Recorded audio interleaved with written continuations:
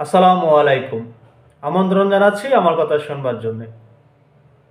আমাদের বাংলাদেশে ইতিহাস সৃষ্টি করলেন একজন উপদেষ্টা, পল্লী উন্নয়ন ও সমবায় এবং যুব ক্রিয়া উপদেষ্টা আসিফ মাহমুদ। তিনি ইদানিং হেলিকপ্টার ছাড়া কোনো সফরে যান না। 6 দিনে তিনি 28 বার হেলিকপ্টারে চড়েছেন, সেটি সরকারি খরচে। ভাবা যায় আমরা কাদের হাতে দেশকে তুলে দিয়েছি। এই উপদেষ্টারা আগামীতে কি করবে আর কি বোঝার কোনো বাকি আছে? বাকি থাকার কথা না। একজন উপদেষ্টা একটি জেলাতে সফরে যাবেন, সেখানে তিনি হেলিকপ্টার ব্যবহার করছেন। শুধু তাই না, তারা রক্তের বিনিময়ে উপদেষ্টা হয়েছেন, তারা ভোটের বিনিময়ে উপদেষ্টা হননি। এই জন্য হয়তোবা তাদের অধিকারটা বেশি, সরকারি অর্থ খরচ করার সক্ষমতাও তাদের বেশি। না হলে উত্তরবঙ্গে শীতবস্ত্র বিতরণ এবং উন্নয়ন কর্মকাণ্ড পর্যবেক্ষণ করার জন্য হেলিকপ্টারে চড়ে কেন উপদেষ্টাদেরকে উত্তরবঙ্গ যেতে হবে? এই হেলিকপ্টারে চড়ার অভ্যাস কি তার আগে থেকেই ছিল? তিনি কি কোটি কোটি টাকা মালিক, নাকি তার বাবা কোটি কোটি টাকার মালিক, জন্মের পর থেকে তিনি হেলিকপ্টারে চড়ছেন? আজকের কথাগুলো হয়তোবা অনেকের মনে আমার প্রতি ঘৃণারও জন্ম দিতে পারে, কিন্তু আজকে বলতেই হবে এরা কি চাচ্ছে। জুলাইয়ে যে আন্দোলনটি হয়েছিল, যে কারণে সরকারকে বিতাড়িত করা হয়েছিল আওয়ামী লীগ সরকারকে, এই কারণেই এই হেলিকপ্টারে চড়ে সফর করার জন্য, পিকনিক করার জন্য আপনারা পিকনিক করছেন হেলিকপ্টারে চড়ে। 6 দিনে আপনি 28 বার হেলিকপ্টারে চড়ছেন। এতে কি প্রমাণ করতে চাচ্ছেন? এই দেশটাকে আর কত রসাতলে নিতে চাচ্ছেন? তিনি কি বিশ্ব রেকর্ড করতে চাচ্ছেন হেলিকপ্টারে চড়ার? ভাই, এত যদি মন চায় তাহলে নিজের বাপের টাকা খরচ করে করো, দেখি কয়দিন করতে পারো।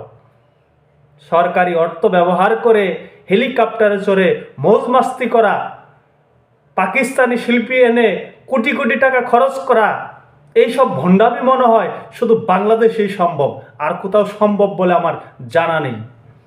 আবার নিজের পক্ষে সাফাই গাচ্ছেন এই উপদেষ্টা নাহিদ। তিনি ফেসবুক পোস্ট দিয়ে কি বলছেন সেটি একটু শুনুন। আসিফ মাহমুদ নিজের ভেরিফাইড ফেসবুকে একটি পোস্ট করেন।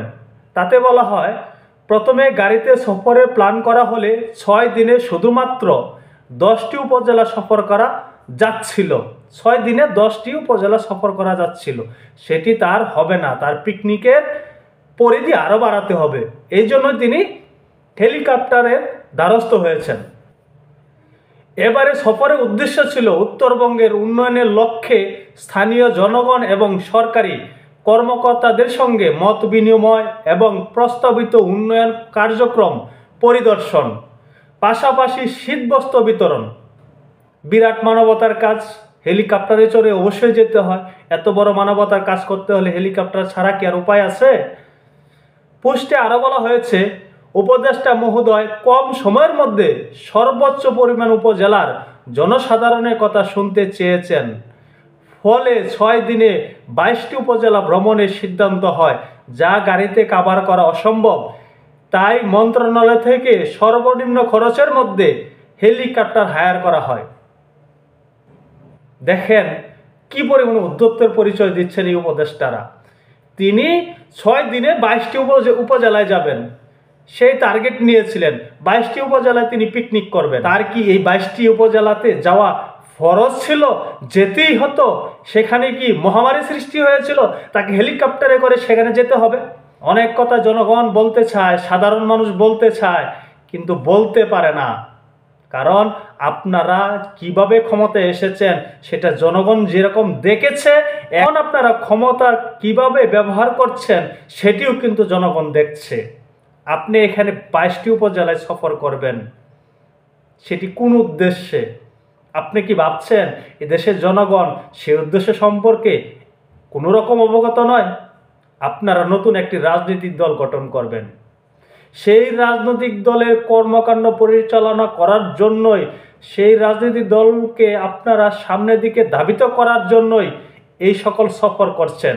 এখানে শীতবস্ত্র, উন্নয়ন কার্যক্রম পরিদর্শন, এটি নামে মাত্র। পিছনের উদ্দেশ্য হলো সরকারি অর্থায়নে আপনারা নিজেদের নতুন রাজনৈতিক দলকে সামনের দিকে এগিয়ে নিচ্ছেন। এই সকল সফর যদি তদন্ত করা যায় তাহলে আসল রহস্য বেরিয়ে আসবে, গোপন নথি বেরিয়ে আসবে। আপনারা রাজনৈতিক কার্যক্রম পরিচালিত করার জন্যই এই সকল সফর করেছেন।